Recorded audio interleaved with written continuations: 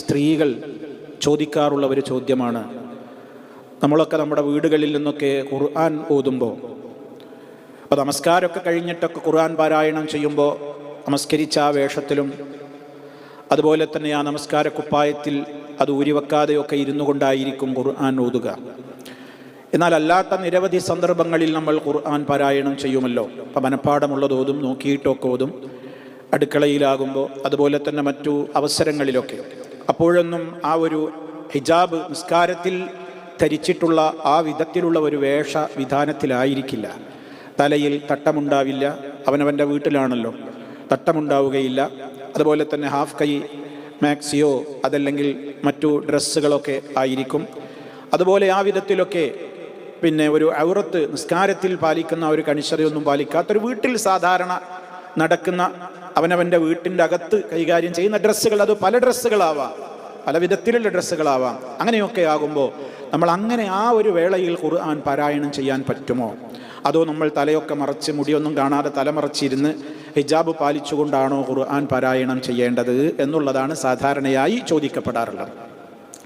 ഈ വിഷയത്തിൽ പണ്ഡിതന്മാരോട് ചോദിക്കപ്പെട്ടിട്ടുണ്ട്, പണ്ട് കാലത്ത് തന്നെ ചോദിക്കപ്പെട്ടിട്ടുണ്ട്. അവരെല്ലാവരും പറഞ്ഞിട്ടുള്ള ഒരു കാര്യം, ഒരിക്കലും വിശുദ്ധ ഖുർആൻ പാരായണം ചെയ്യുന്നതിന് ഔറത്ത് മറക്കുക എന്നുള്ളത് ഒരു നിബന്ധനയല്ല, അതൊരു ഷർത്തല്ല. എന്നാൽ നമസ്കാരത്തിനൊരു ഷർത്താണല്ലോ. ഔറത്ത് വെളിവായിക്കൊണ്ട് ഒരാൾ നിസ്കരിക്കാൻ പാടില്ല, അവൻ്റെ നിസ്കാരം ശരിയാവുകയില്ല, സഹിഹാവുകയില്ല, ബാത്തിലാണ്. എന്നാൽ ഖുർആൻ പാരായണത്തെ സംബന്ധിച്ചിടത്തോളം അതിൻ്റെ അദബുകളിൽ ഒരു അദബാണത്, പാലിച്ചാൽ നല്ലത് എന്ന് പറയപ്പെടാവുന്ന കുറേ അദബുകളുണ്ട് ഖുർആൻ പാരായണം ചെയ്യുമ്പോൾ. വുദൂഓടെ ഖിബിലക്ക് പിന്നെ തിരിഞ്ഞിരുന്ന് ഉള്ളതിൽ വെച്ച് നല്ല വൃത്തിയും ഒക്കെയുള്ള നല്ല വസ്ത്രം ധരിച്ച് സുഗന്ധം ഉപയോഗിച്ച് ഖുർആൻ പാരായണത്തിന് മുമ്പ് പല്ലൊക്കെ തേച്ച് വൃത്തിയാക്കി റബ്ബിൻ്റെ കലാമ് പാരായണം ചെയ്യല്ലേ. അപ്പോൾ ആ അർത്ഥത്തിലൊക്കെയുള്ള മര്യാദകളൊക്കെ പാലിച്ചുകൊണ്ട് വളരെ അടക്കത്തോടെ ഒതുക്കത്തോടെയൊക്കെ പാരായണം ചെയ്യുക, അതൊക്കെ അതിൻ്റെ ആദാബുകളാണ്. ആ ആദാബുകൾ പാലിക്കുന്നുവെങ്കിൽ നല്ലത് തന്നെ. എന്നാൽ ഒരാളത് പാലിക്കുന്നില്ല, ഇങ്ങനെ ചില സന്ദർഭങ്ങളിൽ അങ്ങനെ, ഇപ്പം എല്ലാ സമയത്തും അങ്ങനെ പറ്റൂലല്ലോ. അവനവരെ വീട്ടിലാകുമ്പോൾ എപ്പോഴും പോയിട്ട് ആ രൂപത്തിലൊന്നും ആ ആദാബുകളൊന്നും പാലിക്കാൻ പലപ്പോഴും പറ്റില്ലല്ലോ.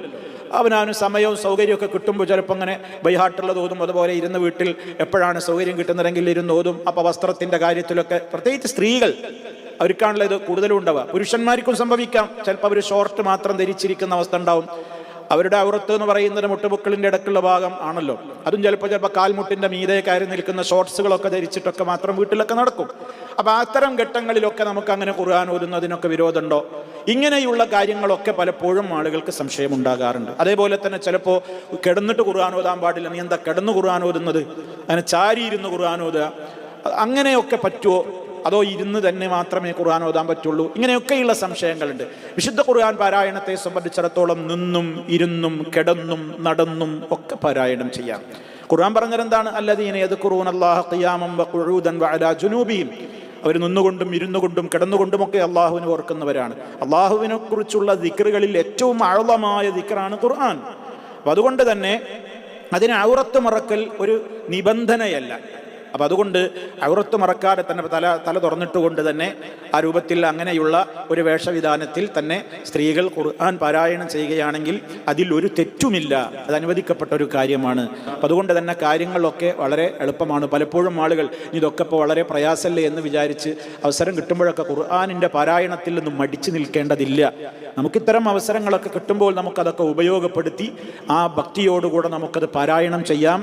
എന്നാൽ ഇതിൻ്റെ ഈ നേരത്തെ പറഞ്ഞ അദബുകളൊക്കെ പാലിച്ചുകൊണ്ട് നമുക്ക് എത്രത്തോളം ഏതൊക്കെ സമയങ്ങളിൽ ലഭ്യമാകുന്നുണ്ടോ ആ സമയങ്ങളിലൊക്കെ അങ്ങനെയും ചെയ്യുക. അതിൽ നിന്ന് നമുക്ക് കൂടുതൽ ആ ഖുർആനിനോടുള്ള ഒരു അദബ് പാലിച്ചു എന്ന് നമുക്ക് കാണുവാൻ സാധിക്കും. എന്നാൽ അതൊരു നിബന്ധനയല്ല, അത് ചെയ്തിട്ടില്ലെങ്കിൽ തെറ്റാണ്, അല്ലെങ്കിൽ അതൊരു ഷർത്ത് കൈവിട്ടു പോകുന്ന കാര്യമാണ്, നിർബന്ധമായൊരു കാര്യം ഉപേക്ഷ വരുത്തിയതാണ് എന്നൊന്നും അതിൽ നമ്മൾ ധരിക്കേണ്ടതില്ല. ഇതാണ് ആ വിഷയത്തിൽ നമ്മൾ മനസ്സിലാക്കിയിരിക്കേണ്ടത്.